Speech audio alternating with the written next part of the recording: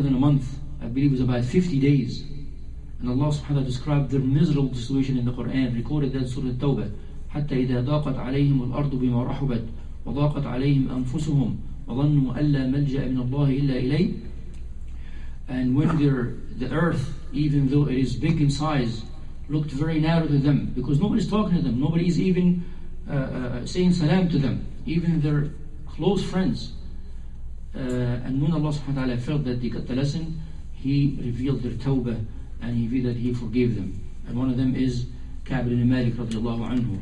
So from that day on, they learned the lesson that they should not at all leave the Prophet ﷺ when he commanded something without doing it. One of the ways also that we might not be aware of or might use it in the opposite way is to indirectly speak about the wrong thing, not addressing the point itself, not saying, "Oh Muhammad," or "Oh Ali, you did wrong, you did this is something wrong, don't do it again." The Messenger of Allah ﷺ used to generalize when he sees something wrong happening in front of his eyes. He used to say, "ما بال أقوام يفعلون كذا وكذا." What's the matter with some people that do this and that? And you can do this with your brother in Islam too. You don't have to tell him personally by his name, but tell people who do this are not supposed to, and so on.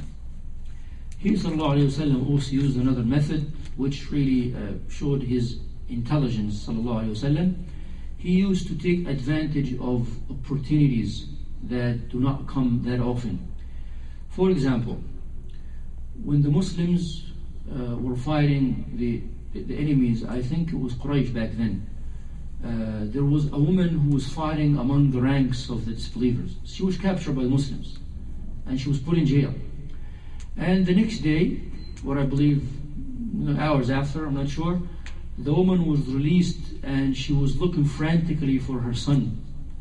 And when she saw him, and the companions were watching that, she ran to him and she hugged him and she put him very tight to her chest. So the Prophet ﷺ took this advantage to draw the attention to that lady, and he said to the companions, "Look at that lady.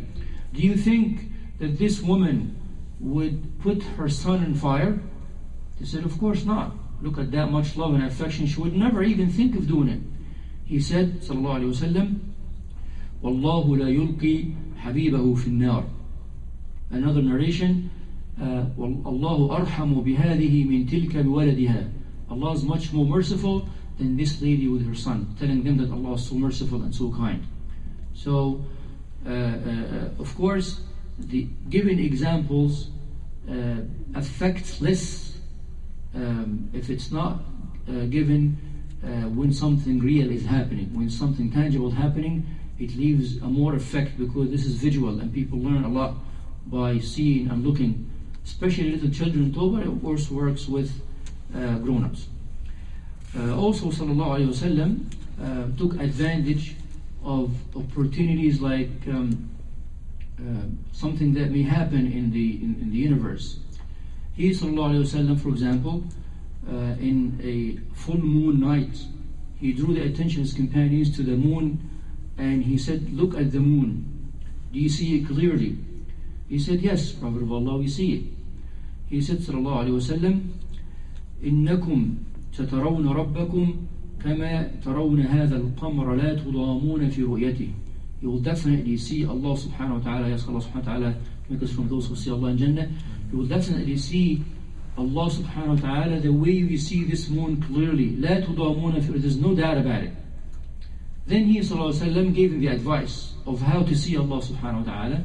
He says فإن استطعتم ألا تغلبوا على صلاة قبل طلوع الشمس وقبل غروبها فافعلوا. If you possibly can avoid missing a salah before sunrise, which is Fajr, and a salah before sunset, which is Asr, so do it. So in other words, do not delay Salat al-Fajr until sun rises, and do not delay Salat al-Asr until it is so late that it's about Maghrib time.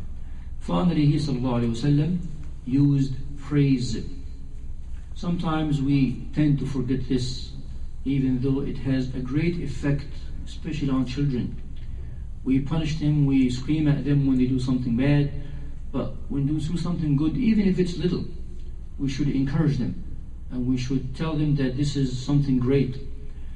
He sallallahu alaihi wasallam was asked by Abu Hurairah radiallahu anhu, the great narrator of hadith, the number one hadith narrator. He asked him, "Man as'adu an-nasi bi shafa'atik?" Who's the happiest person that will get your intercession? Meaning to ask Allah to forgive him يوم القيامة. فقال صلى الله عليه وسلم: لقد ظننت ألا يسألني أحد عن هذا الحديث أول منك لما علمت من حرصك على الحديث. I thought someone else was asking me this question other than you, Abu Hurairah, because of your care about listening to the hadith. And as we know, the Prophet Abu Hurairah made a deal with the Prophet ﷺ that he would accompany him wherever he goes, listen to the hadith, he says, and then delivers it to people. And Abu Hurairah, in return for food that would come to the Prophet ﷺ, wherever the Prophet would come, food would come to him, Abu Hurairah would share with him too. So the Prophet ﷺ praised Abu Hurairah for this great achievement that he did. And now look at the books of hadith, mashallah, the name that is repeated most often and most than any other name is the name Abu Hurairah radiallahu ta'ala anhu.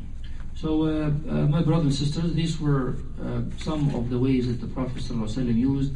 And I again said yesterday, and I'm repeating this today, I know I seem like redundant, but I want to just make sure you get the point. If you try to apply one of those methods only in your life, inshallah start. It may not get its results after a day or two, but start inshallah, and Allah subhanahu wa ta'ala with the blessing of Ramadan inshallah will help you to achieve what you want. I ask Allah subhanahu wa ta'ala again to make us from those who benefit from what we hear and learn, and make us from those who teach it to others, because the Prophet ﷺ says, رُبَّ مُبَلَّغٍ أَوْعَى مِنْ سَامِعٍ. It might be that the one who listens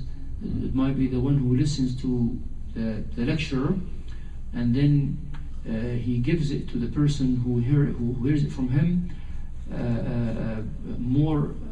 It might be that the one that heard it from the one who heard it from the original listener be more aware and get affected more than the person who heard it from the teacher originally. So I ask Allah subhanahu wa ta'ala to make this as a chain in our life. Whenever we hear something that of benefit to us, to share it with others. And this is one of the rights of brotherhood. لا يؤمن أحدكم حتى يحب لأخيه ما يحب لنفسه. أقول قولي هذا وأستغفر الله العظيم لي ولكم فاستغفروه.